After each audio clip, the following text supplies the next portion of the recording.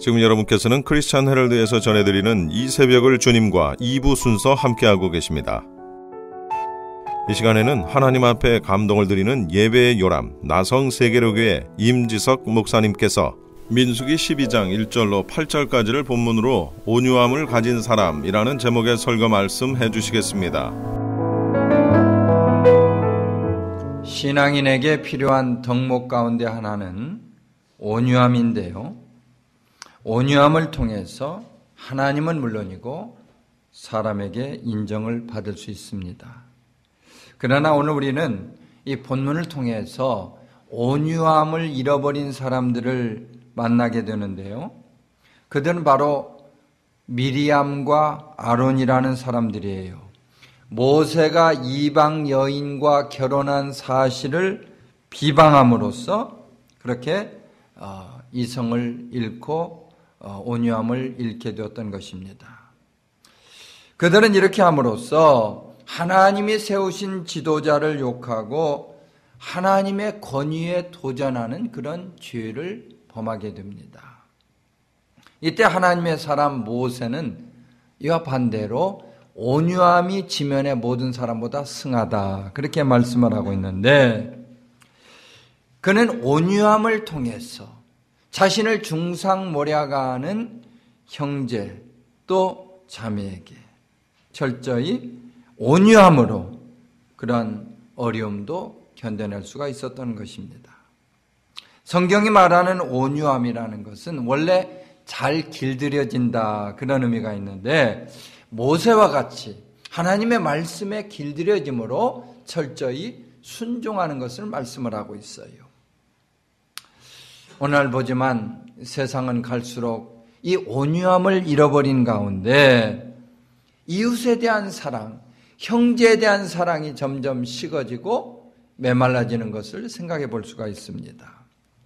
우리는 이제 금년 연말을 준비하고 또 연말을 보내면서 또 새해를 우리가 준비하면서 어떻게 이 땅을 살아가야 할 것인가? 오늘 본문에 모세가 보여주고 있는 이 온유함의 모습을 본받고 이러한 온유함을 통해서 세상에 우리가 빛을 증거하고 그리스도의 증인으로 모두 살아갈 수 있게 되시기를 이 시간 예수 이름으로 간절히 축원합니다. 첫째로 우리 볼 수 있는 내용은요, 온유함을 가진 사람은 삶의 여유가 있다. 한번 좀 따라 하시죠. 온유함을 가진 사람은 삶의 여유가 있습니다. 아멘. 우리의 인간성이 메말라가고 있다는 거 우리가 잘 알고 있는 내용이죠. 그것은 바꿔 말하면 그만큼 삶의 여유가 없다 그런 말이 되겠어요. 미국도 마찬가지지만요. 제가 1년에 그저 두세 번 고국을 방문할 때마다 느끼는 일입니다. 왠지 그렇게 사람들이 바쁘게 살아가는 그 여유라는 것이 없이 살아가는 그런 모습을 많이 볼 수가 있었어요. 그저 삶이 피곤하고 힘들고 지친 가운데 있어서 그런지는 몰라도 얼굴 표정부터 여유라는 것을 참 찾아보기가 쉽지 않은 그런 모습들이었습니다. 택시를 타든지 전철을 타든지 아니면 길거리에서 사람들을 만나든지 대부분의 사람들이 그저 정신을 딴 데다 놓고 정신을 팔고 그렇게 살아가는 것 같은 생각이었어요. 특별히 여러분들 즐겨서 사용하시는 이 스마트폰이라는 거. 이 스마트폰이라는 기계가 나오면서 이렇게 사람들이 그 기계에 중독이 되므로 심각하게 여유를 잃어버리고 있다. 스마트폰에 중독이 되다 보니까 아주 가까이 있는 사람에게도 문자 메시지를 보내고 대화라는 게 단절이 되는 거예요. 그래서 가족 간에도 점점 대화를 잃게 되고 같은 집에 살면서도 폰으로 밥 먹으러 내려와라. 이런 식으로 살아가는 그런 현실을 보게 되는 것입니다. 여유를 찾지 못하는 이런 삶에 대한 이런 이야기가 있더라고요. 제가 언젠가 책을 통해서 본 내용입니다. 한 가정의 아이가 한참 그 자라갈 무렵에 아버지가 참 좀 놀아줬으면 하고 아이가 그렇게 기대를 하지만 그때마다 아이는 바쁘다고 하면서 아이와 놀아주질 않는 것이에요. 어느덧 아이가 이제 장성해가지고 어른이 되고 아버지는 백발이 성성하게 된 그런 노인이 되었습니다. 어느 날 외롭게 여생을 보내고 있던 아버지가 이 장성한 아들에게 연락을 합니다. 얘야, 손주들이 보고 싶으니까 애들 데리고 좀 놀러 오려무나. 그때 전화를 받은 아들이요, 기다렸다는 듯이 아버지에게 얘기합니다. 아버지, 제가 어릴 때 아버지 그렇게 좀 놀아달라고 해도 아버지가 저와 놀아주시지 않았던 것처럼 저도 이렇게 장성해서 보니까 바빠가지고 아버지에게 찾아갈 시간이 없습니다. 죄송하지만 아버지를 만나러 갈 여유가 없습니다. 세상에 너무 휩쓸려 살다 보면 우리가 이런 삶을 계속할 수 있겠다, 그런 생각입니다. 참 많은 것을 우리에게 깨닫게 해주는 그런 말씀 아니겠어요? 예. 혹시라도 한번 이제 금년도 얼마 남지 않았는데 내가 금년 한 해를 어떻게 살았는가 한번 조용히 내 삶을 좀 정돈해 볼 수 있게 되기를 바랍니다. 세상 일 때문에 너무 바쁘다는 핑계 대면서 그렇게 스스로 속아 살던 그런 모습은 없었는지 내 자신을 한번 돌이켜 볼 수 있었으면 하는 것입니다. 돈을 가지고 있으면서도 돈을 제대로 쓰지 못하는 사람들이 있어요. 하나님께서 우리 가운데 많은 시간을 주셨건만 그 시간을 활용해서 여유를 가지고 살아가지는 못하는 사람들이 주변에 적지 않다는 것입니다. 사람들은 이와 같이 얘기들을 합니다. 한 주 내내 쉬지 않고 좀 일을 해보면 그저 삶이 좀 나아질 줄 알았는데, 형편이 좀 좋아질 줄 알았는데 갈수록 살기가 힘들다.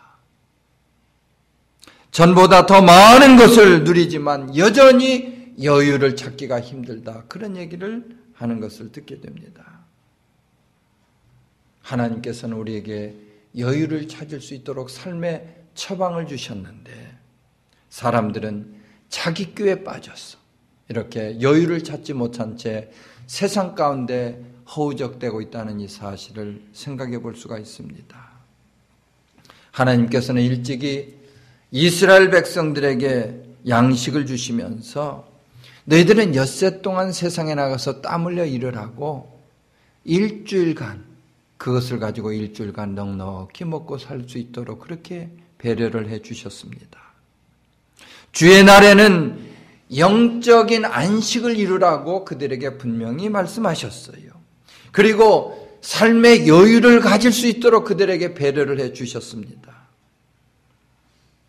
바로 오늘을 살아가고 있는 이스라엘 백성인 저와 여러분에게 이와 같은 처방을 똑같이 주십니다. 우리가 온유함으로 여유를 가지고 이제는 주님의 뜻을 좇아서 살아갈 수 있어야 한다는 말씀이에요. 아멘. 그러한 이유로 주의 일에도 세상에 묶여서 하나님 앞에 나오지 못하는 사람은 평생 동안 여유를 찾기가 쉽지 않다고 하는 사실을 꼭 좀 기억하시기 바랍니다. 우리 사랑하는 성도님들마다 이민 생활이 힘들면 힘든 대로, 삶이 어려우면 어려운 대로 주님을 의지하시고 주님을 좇아서 그분이 주시는 여유를 찾을 수 있으면 좋겠어요. 우리가 살아갈 길은요, 오직 주님의 온유함을 담는 것인데 그분의 말씀에 순종함으로써 삶의 여유를 가지고 살아가는 것을 말씀을 하고 있습니다. 본문에서 얘기하고 있는 온유한 사람이란 다름이 아닙니다. 하나님을 무시하지 않고 그분의 말씀을 액면 그대로 믿고 따르는 사람이에요. 할렐루야. 환자가 의사를 만나면 어떻게 합니까? 철저히 의사의 지시를 따르게 돼요. 아침, 점심, 식후에 꼭 2알씩 약을 드세요. 그러면 정확하게 약을 들게 됩니다. 하나님께서 삶의 처방으로 우리에게 이와 같은 프레스크립션을 주셨다고 한다면 우리는 그 길을 따라서 살아가야 하는 거예요. 아멘.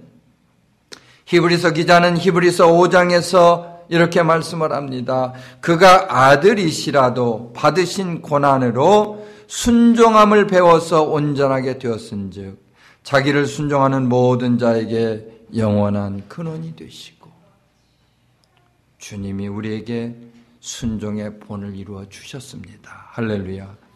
이것이 바로 온유한 삶의 모습이에요.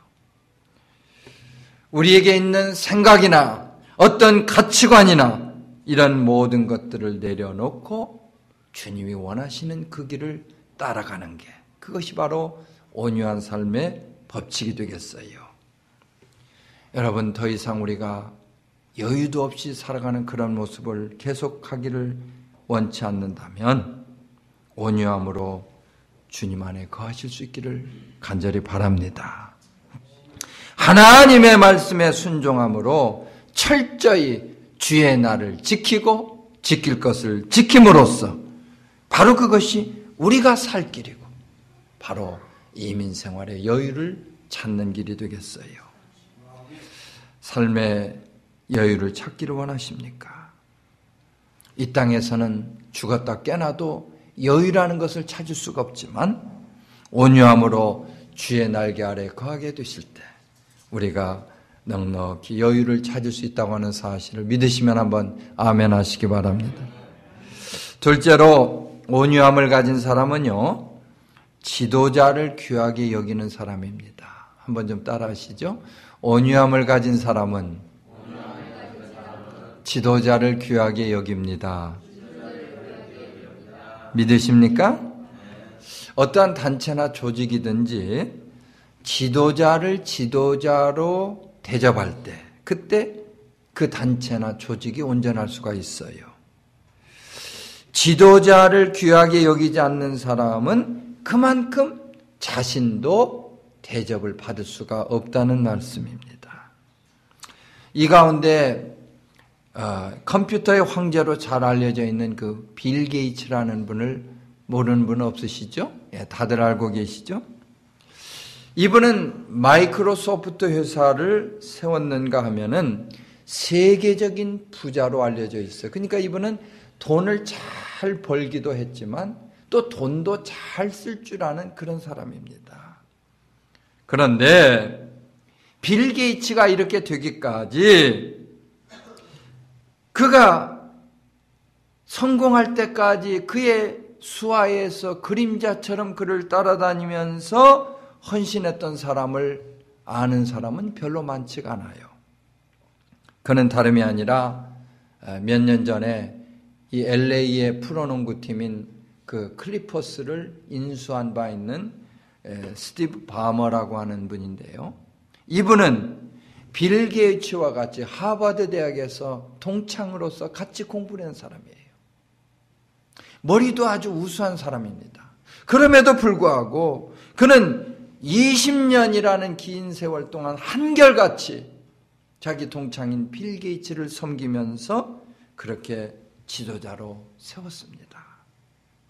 그가 이렇게 귀하게 지도자를 섬기는 가운데 빌 게이츠를 도와서 세계 최대 컴퓨터 회사로 세워갈 수 있었다고 하는 사실을 여러분 믿으시면 아멘 하시기 바랍니다.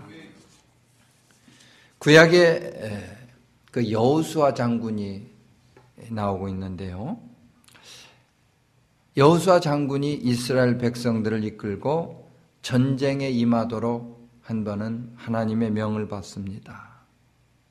이때 그가 이스라엘 백성을 효과적으로 이끌기 위해서는 나름대로 시간이 필요한 것 같았는데 하나님께서는 그에게 시간을 주지 않고 가나안을 향해서 바로 진격하도록 그렇게 말씀을 하셨어요.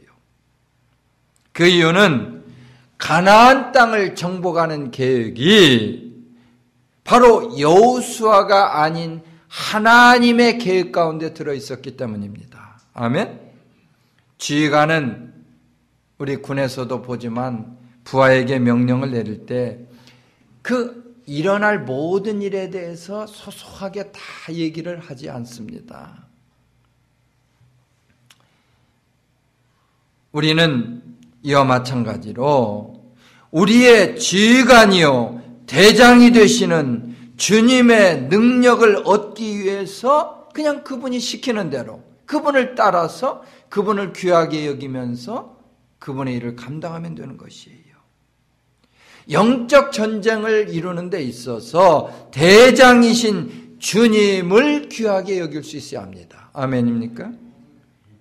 교회를 섬기는 데 있어서 우리가 이러한 자세가 절실히 필요한데 교회란 주님이 머리가 되심으로 그분을 모시고 그분의 통치를 받는 곳이기 때문이에요.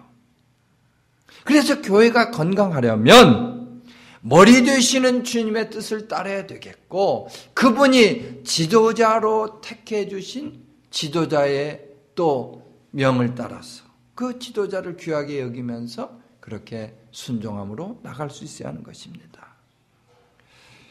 오늘 본문에 보니까 이와는 아주 대조적으로 지도자를 우습게 여기는 미리암과 아론이라는 사람의 모습이 잘 나타나 있어요. 그들은 하나님이 모세와만 말씀하신 것이 아니라 자기들과도 말씀하셨다 이렇게 얘기하면서 그저 자신들의 지도자로 세우신 모세를 함부로 대하는 그런 모습을 보여주고 있어요. 그러나 여러분 우리가 다 읽지는 않았지만요. 하나님은 자신이 세우신 지도자를 대적하는 그들을 보면서 무서운 심판을 내리셨던 사실을 생각해 봅니다. 하나님께서 크게 그들 가운데 화를 내셨어요. 그리고 그들의 곁을 떠나셨을 뿐만 아니라 미리암을 문둥병으로 치기까지 하셨던 사실을 생각해 봅니다. 하나님은 지도자를 무시하는 두 사람을 보면서 얼마나 마음이 상하셨으면 이렇게 하셨을까? 이것을 생각해 볼 수가 있습니다. 하나님은 어떤 경우에도 자신이 세우신 지도자를 함부로 하는 사람들을 그냥 가만히 두시는 그런 일이 없다고 하는 사실도 우리가 교훈으로 받을 수가 있습니다.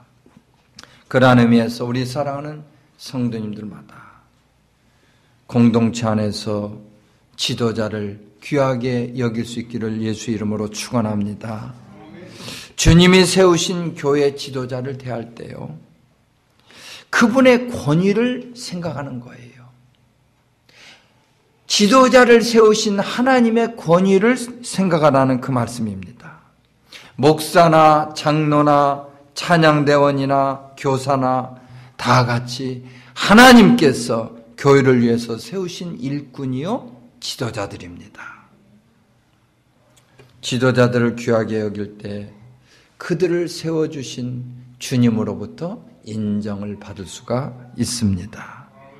그러나 혹시라도 주님이 세워주신 지도자에 대해서 원망, 불편을 하게 된다면 그 일을 통해서 교회 머리 되시는 주님이 영광을 거두실 수가 없는 것이에요. 우리는 온유함으로 이제 주님이 세우신 그 지도자들을 귀하게 여길 수 있어야 되겠는데, 그렇게 함으로써 주님의 권위에 우리가 순복할 수 있는 것입니다. 이러한 사람에게는 그분이 허락하시는 영적인 축복, 또 이 땅에서의 축복이 차고 넘치게 된다는 사실을 기억하시기 바랍니다. 우리 사랑하는 성도님들마다 교회에 허락하신 여러 지도자들이 있어요. 목사부터 장로, 여러 우리 권속들이 있습니다. 그분들을 귀하게 여기시고 그분들이 하나님 앞에 온전히 쓰임받을 수 있도록 그렇게 그들을 잘 이끌어주고 밀어줄 때 하나님의 영광을 거두시고 이를 통해서 우리 교회를 넉넉히 들어 쓰신다는 사실을 믿으시면 한번 아멘 하시기 바랍니다. 세 번째로 온유함을 가진 사람은 범사에 주님의 뜻을 따른다. 한번 더 따라하십니다. 온유함을 가진 사람은 범사에 주님의 뜻을 따릅니다. 아멘. 온유한 사람은 그저 사근사근하고 그런 사람이 아니라 그냥 주님이 시키는 대로 하는 사람이에요. 그저 주님이 이렇게 하라, 이리 가라, yes sir. 저거 해라, yes sir. 그렇게 하면서 따라다니는 사람을 얘기합니다. 그리고 정말 온유한 사람을 보면 어떠한 경우에도 자기네 생각을 드러나는 법이 없어요. 자기 뜻을 나타내려고 애를 쓰는 그런 법이 없습니다. 그저 주님이 시키는 대로 하는 거예요. 할렐루야. 아무리 어려운 형편에도 주님의 뜻에 철저히 순종하는 사람을 말씀합니다. 잠언 기자는요, 잠언서 16장 32절에서 이렇게 교훈하고 있습니다. 노하기를 더디하는 자는 용사보다 낫고 자기의 마음을 다스리는 자는 성을 빼앗는 자보다 나으니라. 아멘. 노하기를 더디한다. 이 말이 무엇일까? 온유함으로 하나님의 뜻을 기다리는 거예요. 할렐루야. 온유함으로.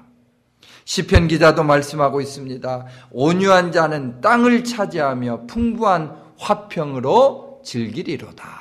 할렐루야. 그런가 하면 주님은 우리가 잘 알고 있는 것처럼 마태복음 11장 29절에서 이렇게 권면합니다. 나는 마음이 온유하고 겸손하니 나의 멍에를 메고 내게 배우라. 그러면 너희 마음이 쉼을 얻으리니. 아멘 합시다. 주님은 마음이 온유하신 분이에요. 겸손함으로 행하신 분입니다. 그렇기 때문에 그분 안에서 우리가 쉼을 얻을 수가 있다는 말씀이에요. 우리는 이제 하나님의 뜻을 따라서 잘 길들여진 한 마리의 양과 같이 그렇게 살아갔으면 좋겠습니다. 모세와 같이요, 자신의 의지가 아닌 하나님의 뜻에 따르는 그런 순종을 보여야 되겠다. 그래서 그는 혈육인 형제 자매의 비난과 모욕을 받으면서도 결코 온유함을 잊지 않았습니다. 그들로부터 비난을 받을 만한 특별한 이유도 없었기 때문에 얼마든지 화를 낼 수도 있었을 거예요. 그러나 모세는 오히려 자신에게 비난을 가하던 미리암의 문둥병을 고쳐달라고 하나님께 간절히 기도하기도 했던 것입니다. 모세가 이와 같이 온유함으로 하나님께 나갔을 때 그분이 모세를 인정하셨습니다. 본문 8절에 이러한 사실이 잘 나타나고 있어요. 하나님이 그와 직접 얼굴을 맞대고 대면하셨을 뿐만 아니라 그분의 형상을 보여주셨다. 아멘입니까? 창조주 하나님이 모세와 직접 대화를 하셨음은 물론이고 그에게 당신의 영광스러운 모습을 보여주셨던 사실 믿으시면 한번 아멘 하시기 바랍니다. 언젠가 시카고 지역에요, 큰 화재가 일어났던 일이 있어요. 당시 많은 사람들이 재산을 잃고 삶의 터전을 잃어버리고 방황을 하게 되었는데 그 가운데는 우리가 잘 알고 있는 무디 목사님도 계셨습니다. 이때 목사님은 잿더미가 된 자신의 집을 바라보면서 이렇게 말했습니다. 내가 잃은 것보다는 얻은 것이 더 많다. 온유한 사람이 바로 이런 사람 아닐까요? 여러분, 솔직히 말해서 화재로 새카맣게 타버린 그 잿더미 속에서 뭐가 그렇게 얻은 것이 많다고 얘기할 수가 있을까요? 그러나 목사님은 이 일을 통해서 하나님의 뜻을 발견할 수가 있었던 것입니다. 온유한 사람은 자신의 삶 가운데 찾아오는 하나님의 그 뜻을 알기 때문에 주님의 뜻을 기억하기 때문에 재산을 다 잃어버리고 자신의 자산이 그 잿더미가 된 그 상황에서도 얻은 것이 더 많다고 얘기를 할 수가 있는 것입니다. 시편 기자가 말씀하듯이 온유한 자가 땅을 차지할 수가 있습니다. 마태복음 5장에서 주님이 교훈하시고 있는 것처럼 온유한 자가 땅을 기업으로 받게 된다는 사실 믿으시면 아멘 하시기 바랍니다. 그런 의미에서 이제 교회에 허락하신 일꾼들 온유함을 가진 그런 모습으로 임하면 좋겠다 생각합니다. 저에게 교회 일꾼되는 첫째 덕목을 찾으라 얘기한다면 온유한 사람, 한결같은 사람, 변함없는 사람, 그냥 아무리 비가 오고 눈이 오고 비바람이 몰아치고 어려움이 당해도 영원히 온전히 변함없는 그 사람을 하나님이 귀히 여기고 쓰신다는 말씀이 되겠어요. 이러한 사람들은요, 이스라엘 백성들이 하나님의 약속을 따라서 가나안 땅에 들어갈 수 있었던 것처럼 온유함을 통해서 새 하늘과 새 땅으로 들어갈 수가 있습니다. 각박한 이민 생활 가운데 우리가 여유를 얻기 위해서라도 주님의 뜻을 따르는 그 삶을 계속할 수 있기를 주의 이름으로 축원합니다. 주님의 인도하심을 구하세요. 힘들고 어려울 때 주님을 더욱더 찾으세요. 모세와 같이 온유함을 가지고 어떤 환경에서도 하나님이 기뻐하시는 그 삶을 누릴 수 있기를 바랍니다. 그리하여서 주님이 허락하신 온유함으로 범사에 주님의 뜻을 따르기로 결단하는 가운데 주님 오시는 그날까지 헌신하시고 충성을 다할 수 있게 되기를 예수님의 이름으로 간절히 축원합니다. 지금까지 말씀을 경청해 주시고 말씀을 통해서 이렇게 만날 수 있게 됨을 감사드립니다. 나성 세계로교회는 LA 한인타운 300 사우스 호바트 블루버드 3가와 호바트 남동쪽 코너에 있는 건물 지하층에 위치하고 있으며 건강한 교회, 행복한 교회, 세계를 품은 교회를 목표로 이민사회를 섬기고 있습니다. 나성 세계로교회는 쉼과 평안과 위로가 있으며 초대교회와 같이 치유와 사랑과 섬김의 공동체 역할을 감당하기를 원합니다. 본 교회의 사역에 대해서 관심이 있거나 이민 생활의 어려움으로 상담이 필요하신 분은 전화 213-219-9229 213-219-9229번으로 연락 주시기 바랍니다. 감사합니다. 이어서 프레이즈 교회의 시간입니다. 오늘은 마태복음 22장 1절로 14절까지를 본문으로 옷을 입으라 라는 제목의 설교 말씀 해주시겠습니다. 돌이켜서 주님께로 향한다. 맞습니다. 회개예요. 그러나 주님을 향해 산다고 살지만 우리가 계속 주님을 향해 달려가고 있나요? 아니잖아요. 또 곁눈질하고 옆구리 세잖아요. 여전히 돌이켜서 주님께로 향해야 돼요. 여전히 돌이켜야 돼요. 그걸 회개라고 얘기하죠.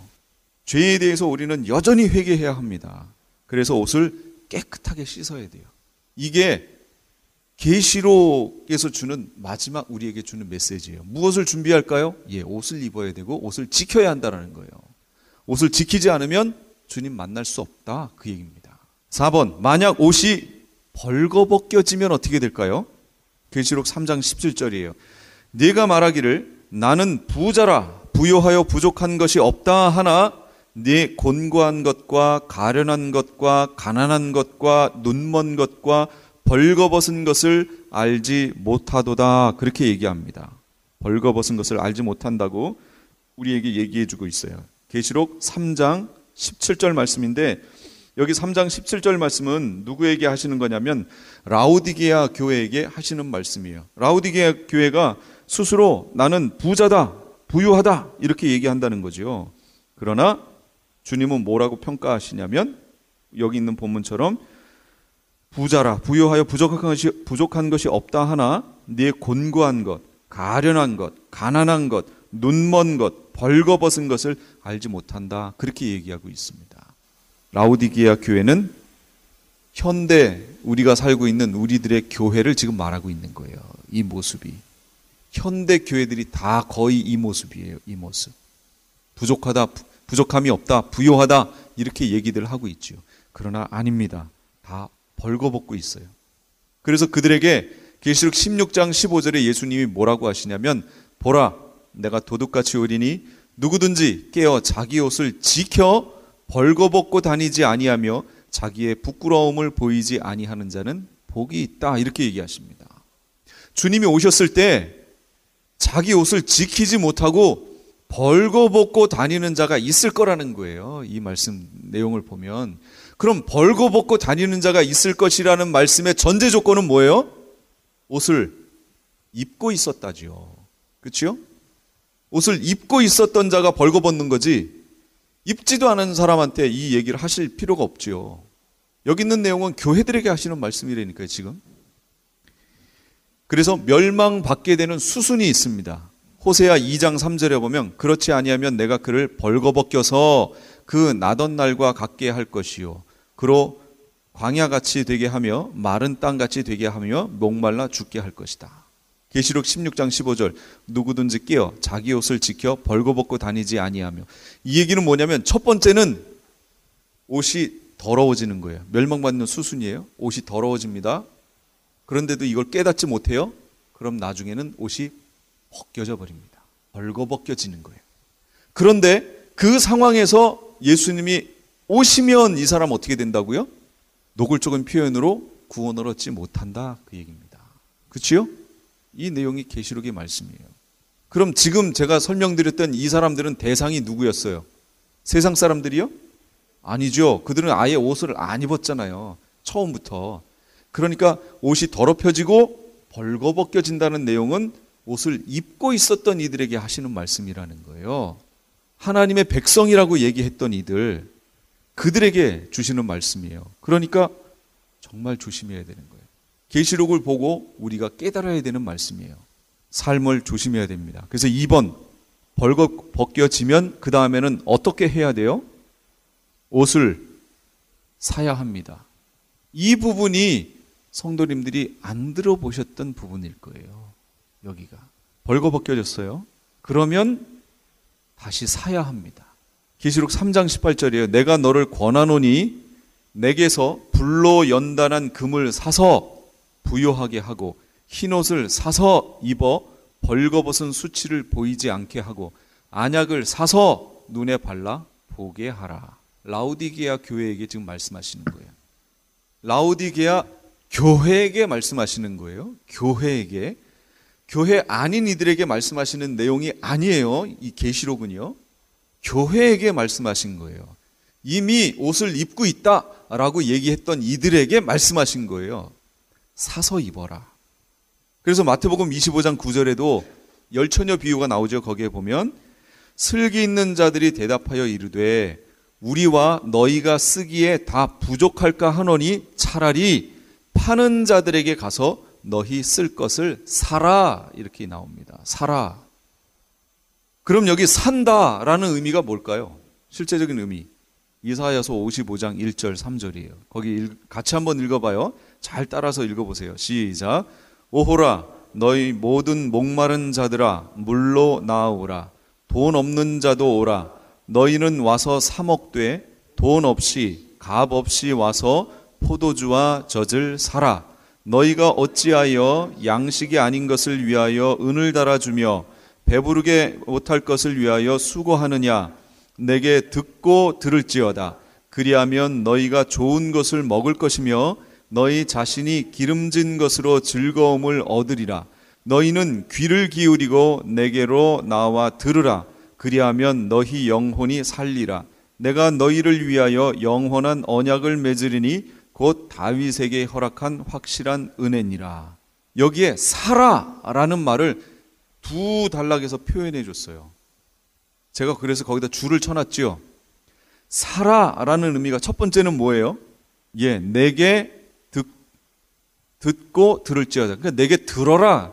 뭘 들으라고? 하나님의 말씀을 들어라. 그 얘기예요. 하나님의 말씀. 산다는 내용이 뭐냐? 하나님의 말씀을 들어라. 그 얘기예요.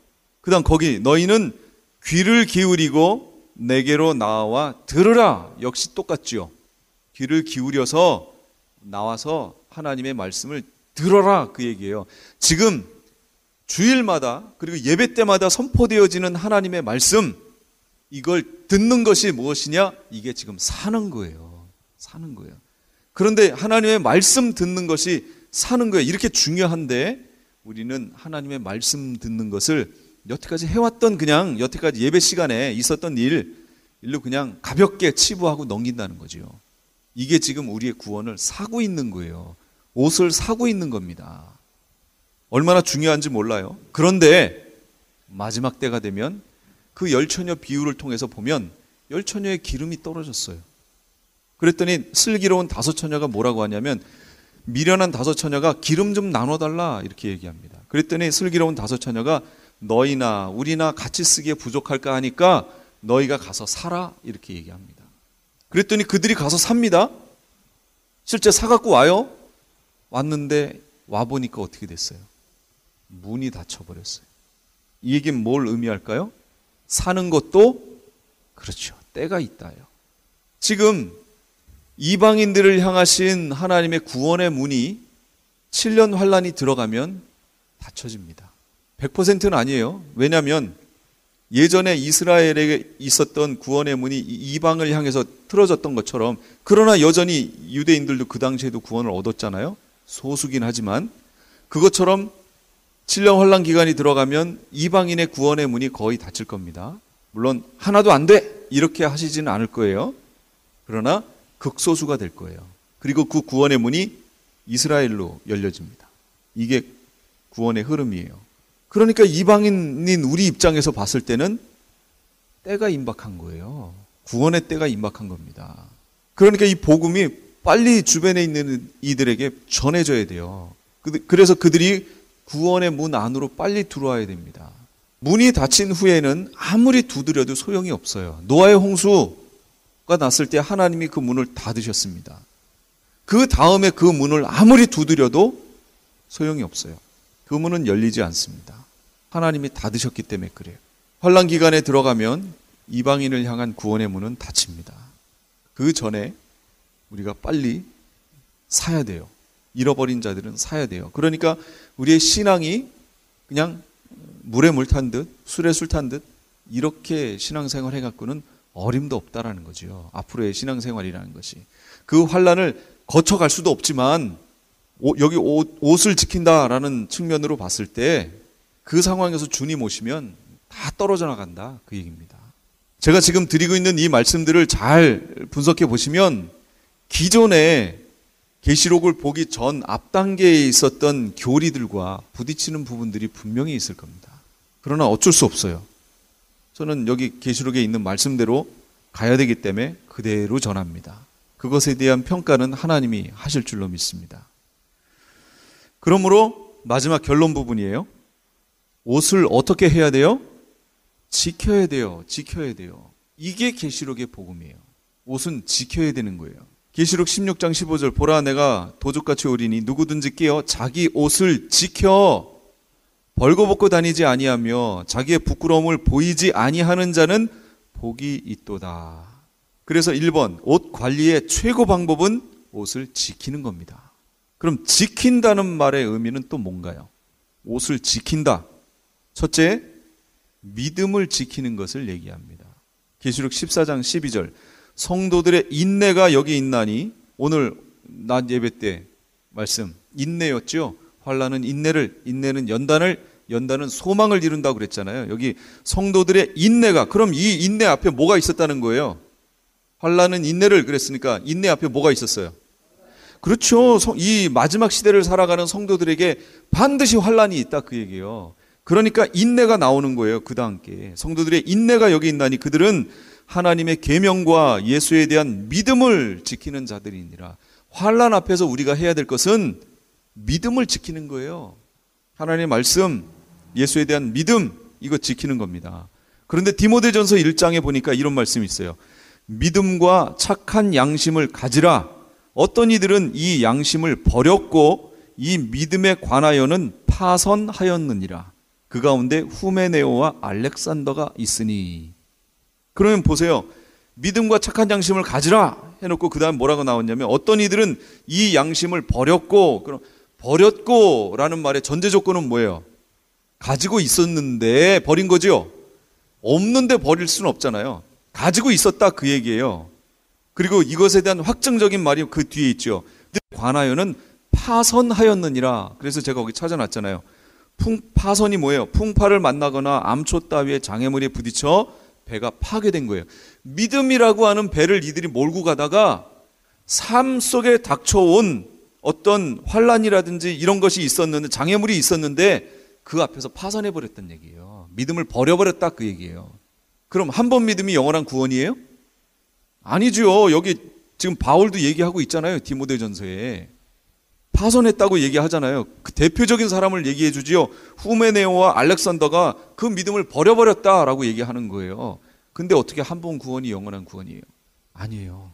지켜야 되는 거예요. 믿음은 지키는 거예요. 끝까지. 그래서 지킨다는 건 믿음을 지킨다라는 얘기입니다. 두 번째는 스스로 정결케 하는 것을 지킨다라고 얘기합니다. 다니엘 12장 10절. 많은 사람이 연단을 받아 스스로 정결하게 하며 희게 할 것이나 악한 사람은 악을 행하리니 악한 자는 아무것도 깨닫지 못하되 오직 지혜 있는 자는 깨달으리라. 마지막에 있을 일에 대한 얘기예요. 지금 많은 사람이 연단을 받아야 돼요. 받을 거예요. 스스로 정결하게 하며 희게 할 것이다. 그러니까 크리스찬들이 마지막에 주님 만날 때 그때쯤 되면 연단을 받게 될 거래요. 연단. 그러니까 그냥 아무 일도 없이 순탄하게 이렇게 있다가 저기 밑으로 어디 예비처로 갔다가 갑자기 탁 위로 올라가고 이렇게 되지 않을 거라는 거예요. 연단 받을 거예요. 믿음의 연단을 받으실 겁니다. 한 사람도 예외 없이 받을 거예요. 그 믿음의 연단을 받아서 스스로 정결하게 하며 스스로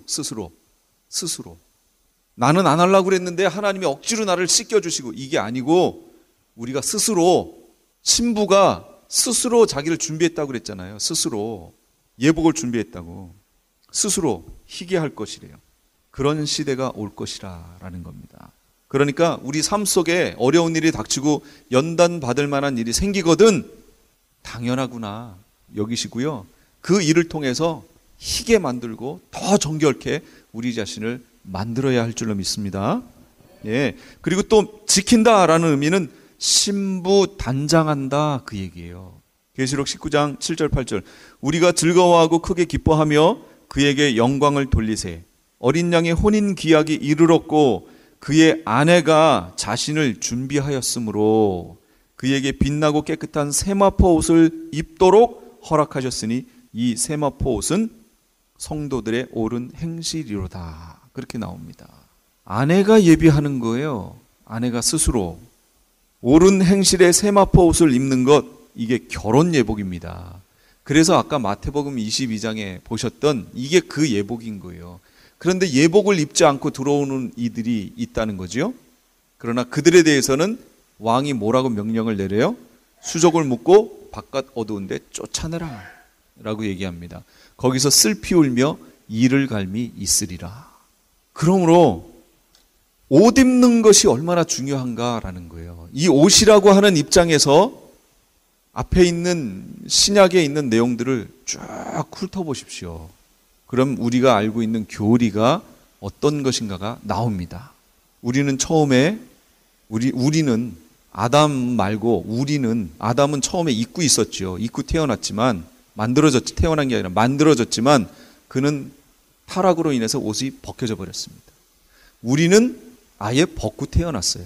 그래서 예수 그리스도를 영접함으로 우리가 옷을 입게 됐지요. 그럼 옷을 입었으면 그 다음부터는 그 옷을 어떻게 해야 된다고요? 지켜야 돼요. 언제까지? 주님 만날 때까지 지켜야 돼요. 그럼 지키지 않으면 어떻게 되는데요? 지키지 않으면 벌거벗겨집니다. 그럼 예수님의 말씀 내가 도적같이 오는데 누구든지 끼어 자기 옷을 지켜 벌거벗고 다니지 아니하며 자기의 부끄러움을 보이지 않는 자는 복이 있다 그랬으니까 벗겨졌으면 복이 없다 그 얘기죠. 구원 얻지 못해요. 그러니까 이 말씀을 명심하고요. 계시록의 내용은 옷 지키라 그 내용입니다. 그게 예수님 만날 준비하라 그 내용입니다. 깨어 있으라 그 내용이에요. 그럼 옷을 지킨다는 것은 구체적으로 죄와 관련돼 있지요. 죄를 이기는 삶을 살아야 한다 그 얘기입니다. 죄를 이기는 삶. 혹시 마음속에 꺼리낌으로 있는 내 삶에 그런 부분들이 있습니까? 어떤 부분들? 예를 들면 담배. 그럼 어떻게 해야 돼요? 싹둑 잘라버려야 돼요. 이건 그것이 내 신앙을 좀먹어서 주님 앞에 벌거벗게 만들 거라면 수 있어요. 없지 않아요. 그렇다면 잘라버려야죠. 내 삶 속에서. 술 취하지 말라. 이는 방탕한 것이니 너희는 성령의 충만을 받으라. 술 그거 한두 잔 먹는 거 그거 이렇게 얘기할 수 있지만 만약 그 마음속에 하나님이 그것에 대해서 지적하시면 바로 순종해야 됩니다. 끊어야 돼요. 죄는 작은 것으로부터 들어와요. 작은 것 하나를 용납해버리면 그건 끝납니다. 이제 다른 것으로 크게 만들어지는 거예요. 댐이 무너질 때 한꺼번에 확 무너지지 않습니다. 작은 구멍이 나면서 그게 서서히 하면서 갑자기 무너져 버립니다. 그 작은 구멍을 처음부터 막아버리면 무너지지 않습니다. 그런데 그게 우리 삶에 그런 부분들이 될 수 있다는 거예요. 저희 친구 중에 한 명은 군대가 그 전에도 이제 담배를 얘가 언제부터 폈는지 모르겠어요. 그래서 이제 예배 끝나고 이러고 나면 당구 그때 한참 치잖아요. 이제 청년 때니까.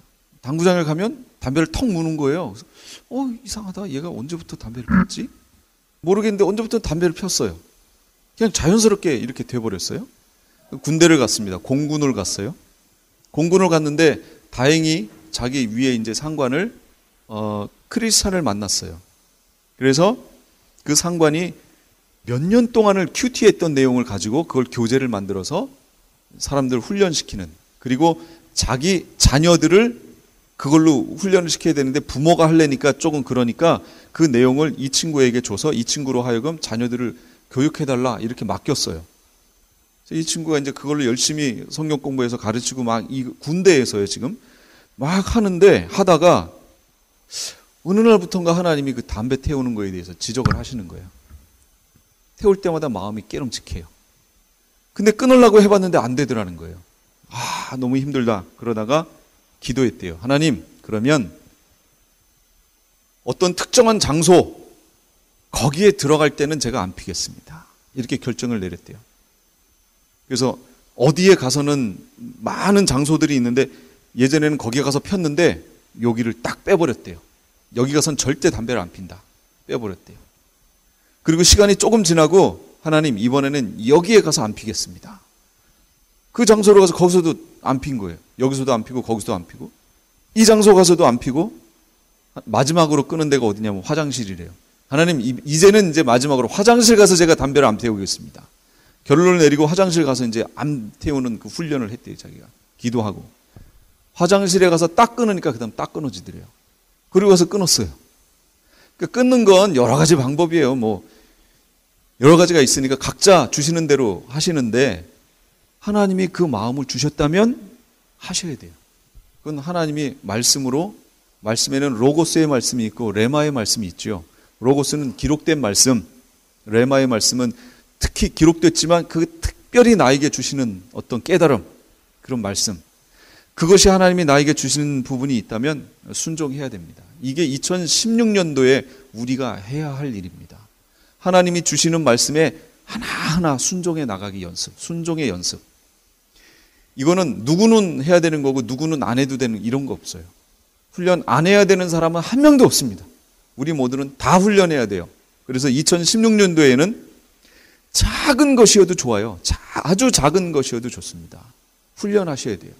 그거 훈련하면 하나님이 그 다음 거를 주실 겁니다. 그럼 그 다음 거 또 훈련해 가고요. 또 훈련해 가고 그게 성화입니다. 그렇게 주님 닮아가는 거예요. 근데 시작부터 안 하면 닮을 수 없어요. 그럼 나중에 어떻게 발견되냐고요? 벌거벗고 발견되는 거예요. 그게 주님이 우리 수준에 맞게 막 대단한 거 원하시지 않아요. 가진 것도 없는데 갑자기 집을 바쳐라. 어떻게 바쳐요? 집도 없는데. 우리에게 있는 것, 작은 것에서부터 주님은 우리를 잘 아셔서요, 거기서부터 시작하십니다. 그 훈련에 귀 기울이면 돼요. 하나님이 나를 어디로 인도하시는지. 그래서 2016년도에는 15년도는 다 지나갔어요. 16년도에는 새로운 하나님이 주신 말씀대로 집을 하나하나 이렇게 지어가는, 순종의 집을 지어가시는 우리 성도님들 되시기 바랍니다. 아멘.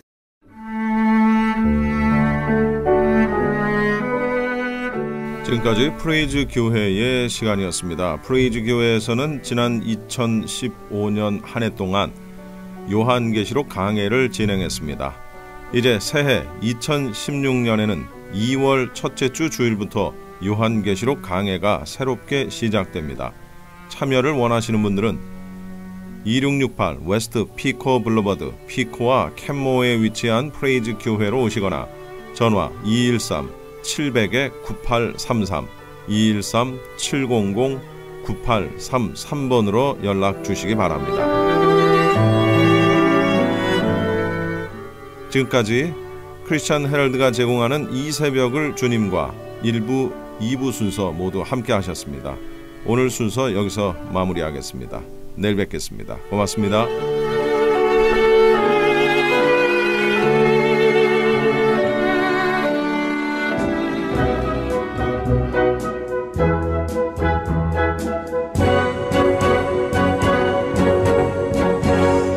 건강 컬럼.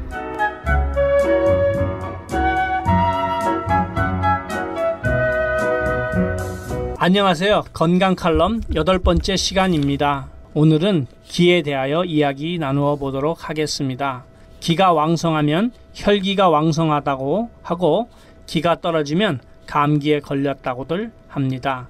기라는 것은 생기를 말하는데 식물이 딱딱한 씨앗을 뚫고 나오는 힘을 말하기도 합니다. 혈기가 왕성한 사람을 보면 대부분 코로서 호흡을 하고 그렇지 못한 사람들은 입으로서 자주 호흡을 합니다. 성경에서는 사람이 죽을 때 기운이 다하여, 기운이 쇠하여, 기운이 진하여 죽는다고 합니다. 이와 같이 생기는 생명과 밀접한 관계가 있는 것 같습니다. 생기가 도는 사람은 코로서 숨을 쉬고 그 생기는 피를 만들고 어혈을 밖으로 빼내는 작용을 합니다. 일단 코로 숨을 쉬게 되면 심장과 대장이 숨을 쉬게 되고 심장은 몸 안에서의 각종 작용을 하고 대장은 몸 밖의 피부에 작용을 하게 됩니다. 그러니까 아토피 피부를 가진 사람은 대장이 나쁘다고 보시면 됩니다. 다시 말씀드리면 아토피 피부의 사람은 대장이 나쁘고 그 원인은 생기가 부족해서 이런 일이 생기게 된다는 것입니다. 심장 계통이 좋지 않은 분들도 그 원인은 생기가 부족해서 어혈을 밖으로 밀어내지 못하게 될 때 여러 가지 심장 계통의 질병을 앓게 되는 것입니다. 그러면 어떻게 하면 생기를 우리 몸에 끌어들일 수 있을까요? 결론부터 말씀드리자면 건강한 흙에서 땅 기운을 받은 식물과 그 씨앗을 먹으면 됩니다. 식물이 좋다는 것은 일반적인 상식이 됐지만 오늘은 아주 좋은 땅 기운이 어떤 기적을 실제적으로 만들어냈는지를 말씀드리겠습니다. 성경에서 가장 힘센 사람, 혈기가 왕성했던 사람을 뽑는다면 여러분들도 삼손이라고 답하실 것입니다. 모세의 출애굽 이후 여호수아가 그 후계를 이어서 이스라엘을 다스렸고 여호수아 이후에 후계가 없었는데 사사들이 다스렸습니다. 가나안 땅, 지금의 이스라엘이죠. 을 각 지파, 즉 야곱의 12아들들이 후손들에게 나누어 주었는데 그곳에 살고 있는 거민들을 완전하게 쫓아내지 못하였으므로 곳곳에서 전쟁이 일어났습니다. 그럴 때마다 하나님께서 뛰어난 사람을 세워서 그 적들을 물리치게 하셨는데 그 사람들을 사사라고 합니다. 그러니까 이스라엘의 왕이 세워지기 전에 삼손 같은 사사들이 다스렸다고 보시면 됩니다. 삼손 이외에도 사사기를 보면 많은 사사들이 있었던 것을 봅니다. 삼손은 약 20년 동안 이스라엘을 다스렸는데 힘이 얼마나 셌는지 사자를 맨손으로 죽였고 또한 여우 300마리를 붙들었고 블레셋 사람들을 1000명을 무기 없이 당나귀 턱뼈로 죽였고 가사성이라는 성문 문짝들과 두 설주와 빗장들을 뽑아서 산 꼭대기에 옮겼고 나중에는 건물의 기둥을 무너뜨려서 많은 적들을 죽이기도 했습니다. 지금까지 이렇게 힘센 사람은 없었을 것이고 또한 앞으로도 없을 것 같습니다. 정말로 혈기가 왕성했던 사람이었던 것 같습니다. 11월 5일경에 가디나 노인 아파트에서 기적의 영양제 M3를 보내달라는 전화를 받았습니다. 오시라고 했더니 몸이 아파서 걸을 수가 없다고 하기에 제가 직접 배달을 갔습니다. 그 권사님의 말씀인즉 4년 동안 기침을 해서 배가 등에 붙었고 기침을 자주 해서 잠을 주무실 수가 없기에 수면제를 드신다고 했습니다. 그리고 축농증이 아주 심하다고 했고 체중은 66파운드로 빠져서 병원에서 준비하시라고 했다고 합니다. 이제 마지막으로 지푸라기라도 잡는 심정으로 기적의 영양제라는 M3를 주문했는데 저보고 살 수 있냐고 묻더군요. 그래서 제가 말씀드리기를 사람의 생명은 하나님께 있지만 하나님께서 복으로 주신 선물을 우리가 가끔 발견하지 못할 때가 있다고 했더니 그 권사님이 먹어보겠다고 하더군요. 그래서 드시고 10일 후에 또 전화가 왔습니다. 그 권사님께 전화가 왔는데 몇 병을 더 배달해 달라는 것입니다. 가서 뵈니 말씀하시기를 M3를 먹는 그날 4년 동안 했던 기침이 멈추었고 수면제 없이 잠을 편히 잘 수 있었고 코에 생긴 고름덩어리, 축농증도 일주일 만에 다 없어져서 병원에 갔더니 의사가 깜짝 놀라면서 병원까지 날라서 왔냐고 했더군요. 도저히 걸을 수 없는 상태였던 것 같습니다. 지금은 식욕이 생겨서 하루에 5번 식사를 하신다고 하면서 기운이 펄펄 나신다고 합니다. 두 번째 사례는 11월 20일 며칠 전이죠. 어느 어머니의 전화를 받았는데 본인이 M3를 복용하고 있는데 너무 좋아서 혹시 아기에게 먹일 수 있냐고 물어봤습니다. 아기의 나이는 1년 6개월이고 변을 못 봐서 어머니가 손가락으로 해결하신다고 했습니다. 또한 왜 그런지 걷지도 못한다고 했습니다. 1년 6개월이면 약간은 걷는다고 합니다. 그래서 조심스럽게 말씀드리기를 M3 하나를 주스나 우유에 타서 먹여보라고 했습니다. 그랬더니 3일 후에 전화 오시기를 아기가 변을 스스로 보았고 걷는다는 것입니다. 정말 놀라운 기적입니다. 그리고 11월 23일에 아들이라는 분이 전화가 왔는데 본인이 어머니가 병원에서 임종하시기를 기다리다가 어떤 분이 권유로 M3를 하나를 드셨는데 생기를 찾았고 식사를 하셔서 너무 놀라워서 M3에 대하여 좀 더 알아보려고 전화했다고 했습니다. 그리고 이분도 몇 병을 구입해 가셨습니다. 그렇습니다. 기적의 영양제 M3는 생기를 보충해주는 창세기 1장 29절대로 만들어진 하나님의 음식입니다. 하나님이 가라사대 내가 온 지면에 씨 맺는 모든 채소와 씨 가진 열매 맺는 모든 나무를 너희에게 주노니 너희 식물이 되리라 하신 말씀대로 만들어진 유태인의 특수 영양제입니다. 위에서 말씀드린 3명 이외에도 약 2천여 명의 분들이 큰 효과를 보셨고 약 200만 정 이상 팔린 제품이 M3입니다. 무슨 병에 걸렸든지 큰 효과를 주는 신비한 영양제 M3. 무료 건강 상담과 M3 구입에 관한 문의는 213-435-9600번 213-435-9600입니다. 감사합니다.